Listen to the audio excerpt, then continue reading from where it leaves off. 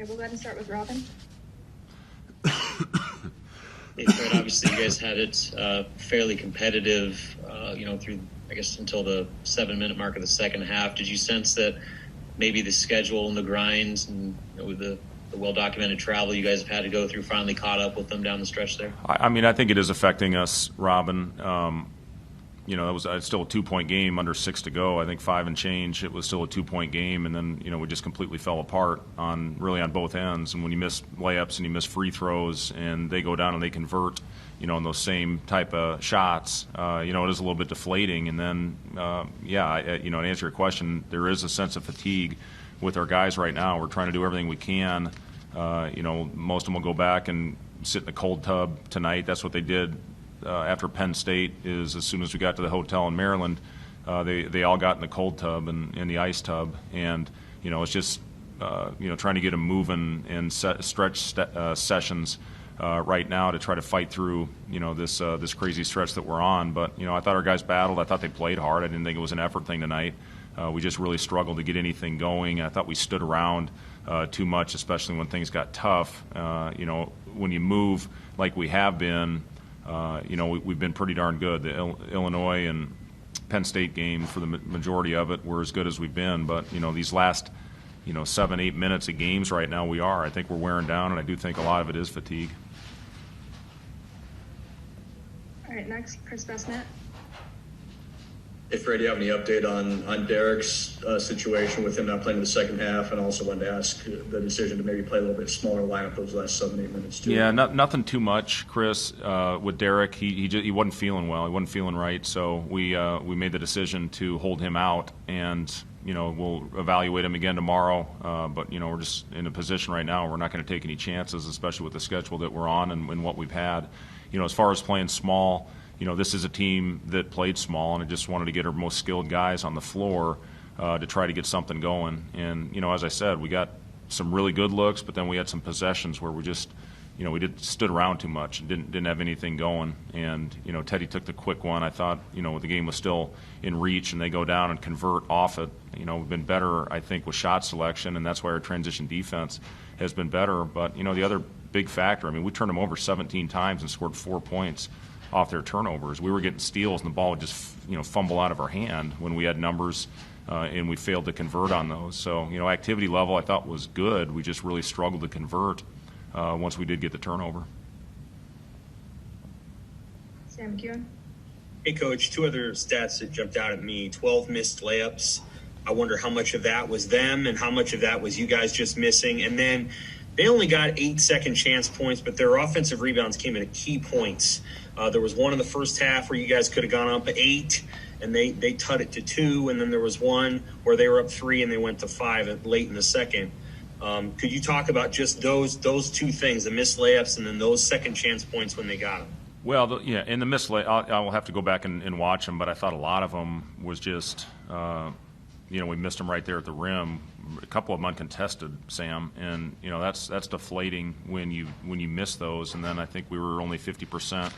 At the free throw line, we go 6 for 12, and those, you got to convert those, man. When your margin for error is so thin, you have to find a way to make your layups and make at least 70% of your free throws, which we have not done this year. But that was, if you can get those, obviously at the rim, that's what you're looking for. It's the highest effective field goal percentage shot on the floor, and we just we really struggle to convert them. What was your other question, Sam? The offensive rebounds. Oh yeah, the rebounds. When they got their second chance. Yeah, they were huge. They only got 6 of them, but it seemed like they hit threes. I think on 3 of those shots, or 2 of them at least, and they were critical times. But as small as we played, to only allow 6, that's a big factor. We just missed so many shots on the other end. That's why. They out-rebounded us by so much. Thank you. Back to Robin. Fred, you mentioned fatigue kind of starting to set in. Now you got to turn around in 22 hours, play these guys again. I guess what goes into preparing for a Big Ten opponent in back-to-back games? It's obviously pretty rare. What's your guys' plan for the next few hours here? Yeah, it's especially rare when you've gone through what we have. I'm not sure there's ever been anything like this, to play this amount of games in a short amount of time, after coming off, the break. And I know we've talked a lot about that. Don't need to harp on it anymore. But, it is something we got to find a way to not let this linger. And if you let that go into tomorrow's game, it can get ugly pretty quick. When you play the back-to-backs, it's all about rebounding, finding a way to get yourself back.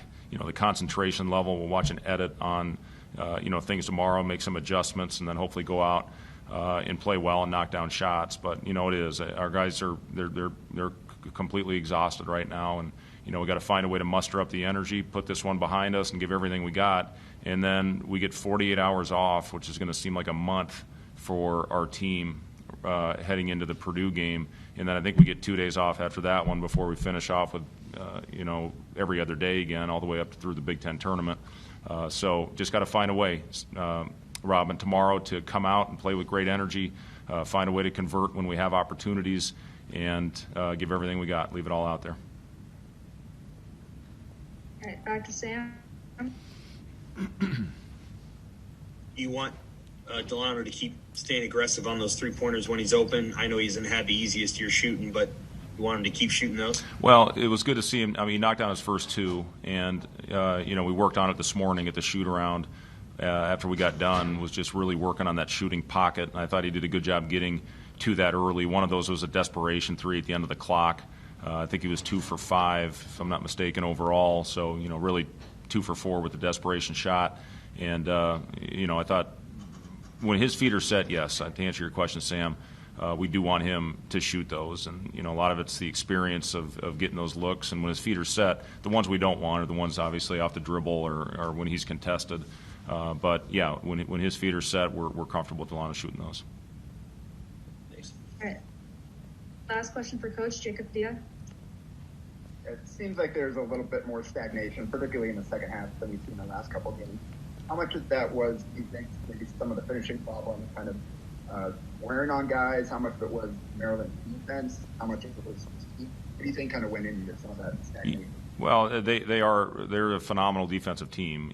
Give them credit, for that, for going out there and making life tough on that end of the floor. And I really did think as things got more difficult for us, instead of cutting harder and moving more, we got more stagnant, and that can't happen. And again, we're going to go back and watch and edit on it in the morning when we get the guys up for breakfast, get their treatments, and watch and edit. We've been doing a lot of that and just really trying to teach through film. And, that's where we are right now with the schedule.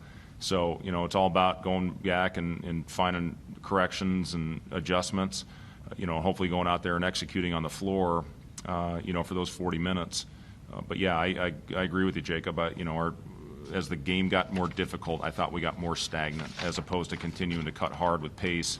And that's where we've had success lately, and that's where we've had our good possessions is when we get our movement. I think you go from 19 assists in about 30 minutes the other night, to under 10 tonight. So that shows our movement wasn't where it needed to be. All right, thank you, Coach. Thanks, guys.